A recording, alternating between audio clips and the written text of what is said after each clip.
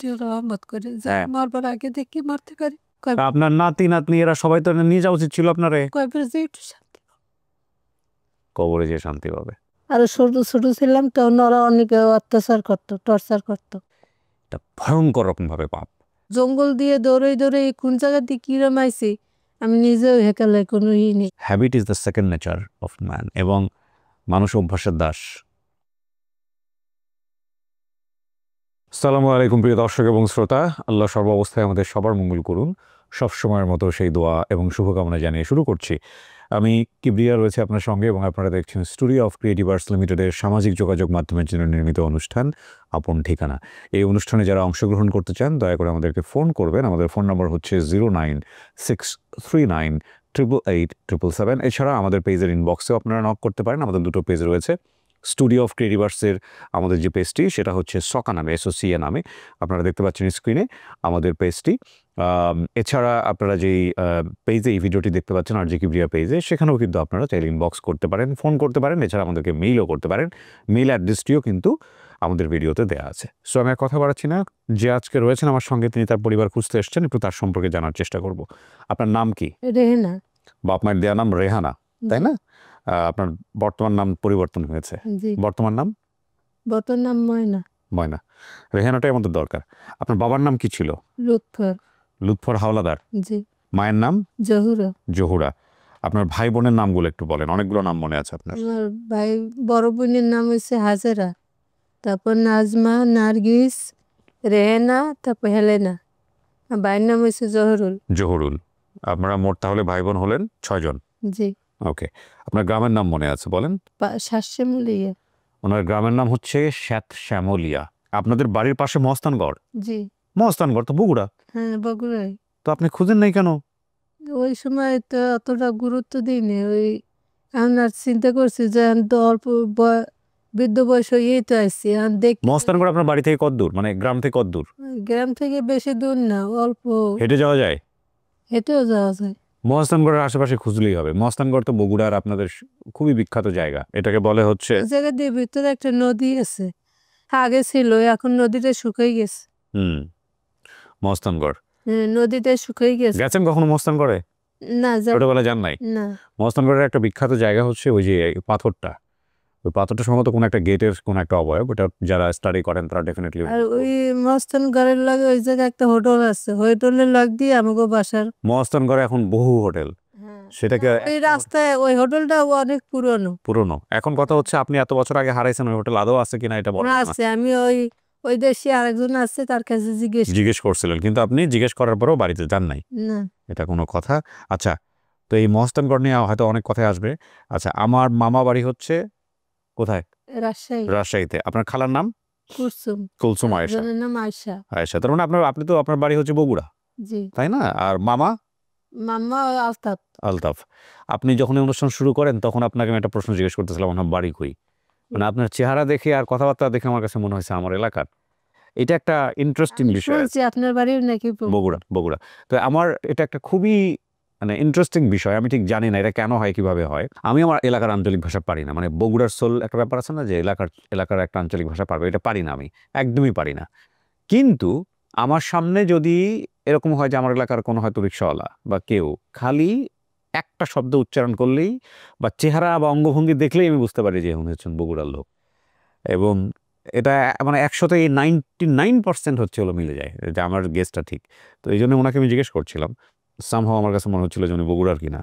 এবং উনি আছেন, এটা আমি জানি না। এটা যদি ইন্ট্রোতে রেকর্ডিং অবস্থায় থেকে থাকে তাহলে হয়তো আমি বলবো, আমাদের এডিটর আছেন, তাকে এটা রেখে দেওয়ার জন্য। আপনার বাড়ি কই?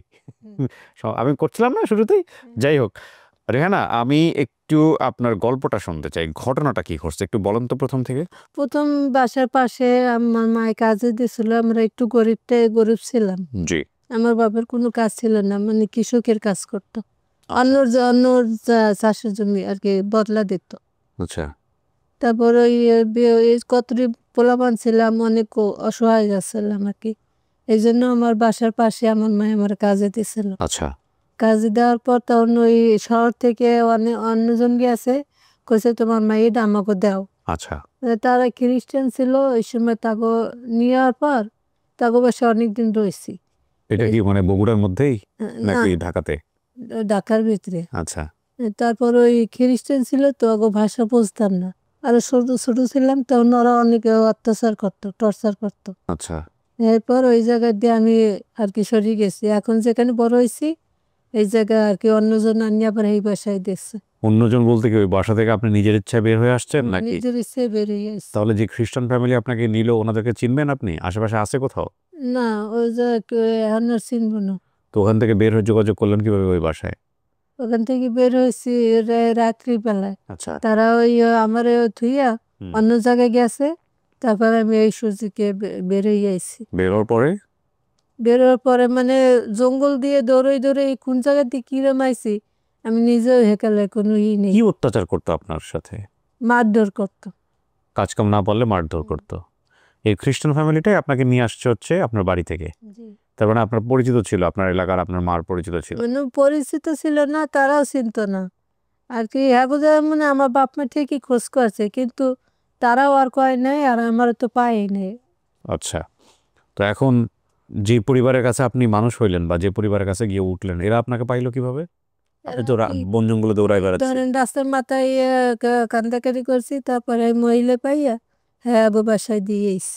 এক মহিলা পেয়ে তার বাসায় দিয়ে আসছে, জি এবং এই বাসায় মোটামুটি আপনি বড় হয়েছেন এক বাসাতেই? হ্যাঁ।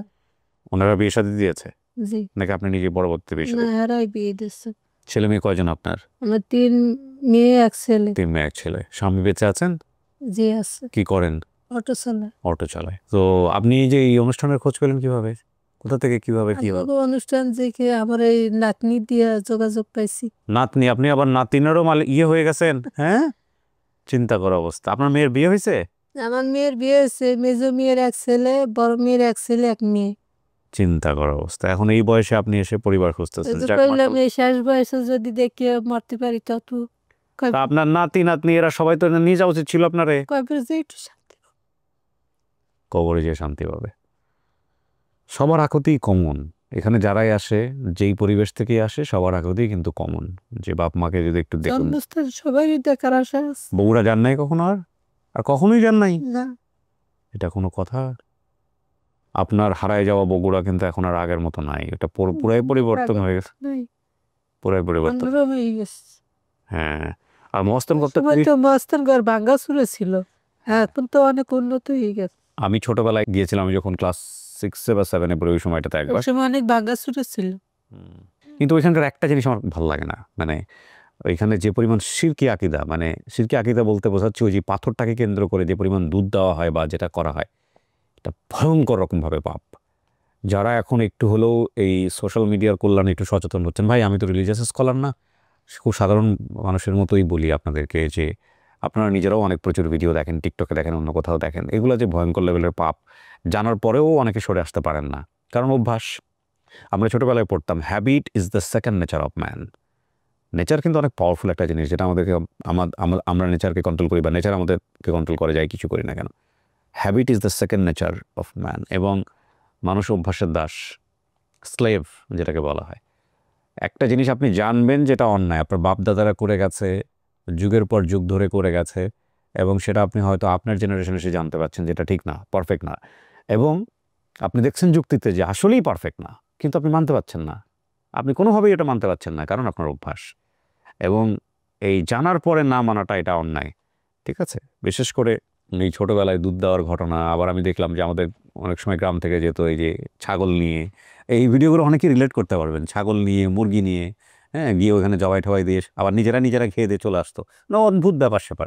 যাই হোক, এই মাজার কেন্দ্রিক কথাবার্তা বললে হয়তো অনেক মন খারাপ করবেন, বাট আমার মনে হয় যে হঠাৎ করে যেহেতু প্রাসঙ্গিকভাবে আসলো, সুতরাং সেই জায়গা থেকে একটু বলা।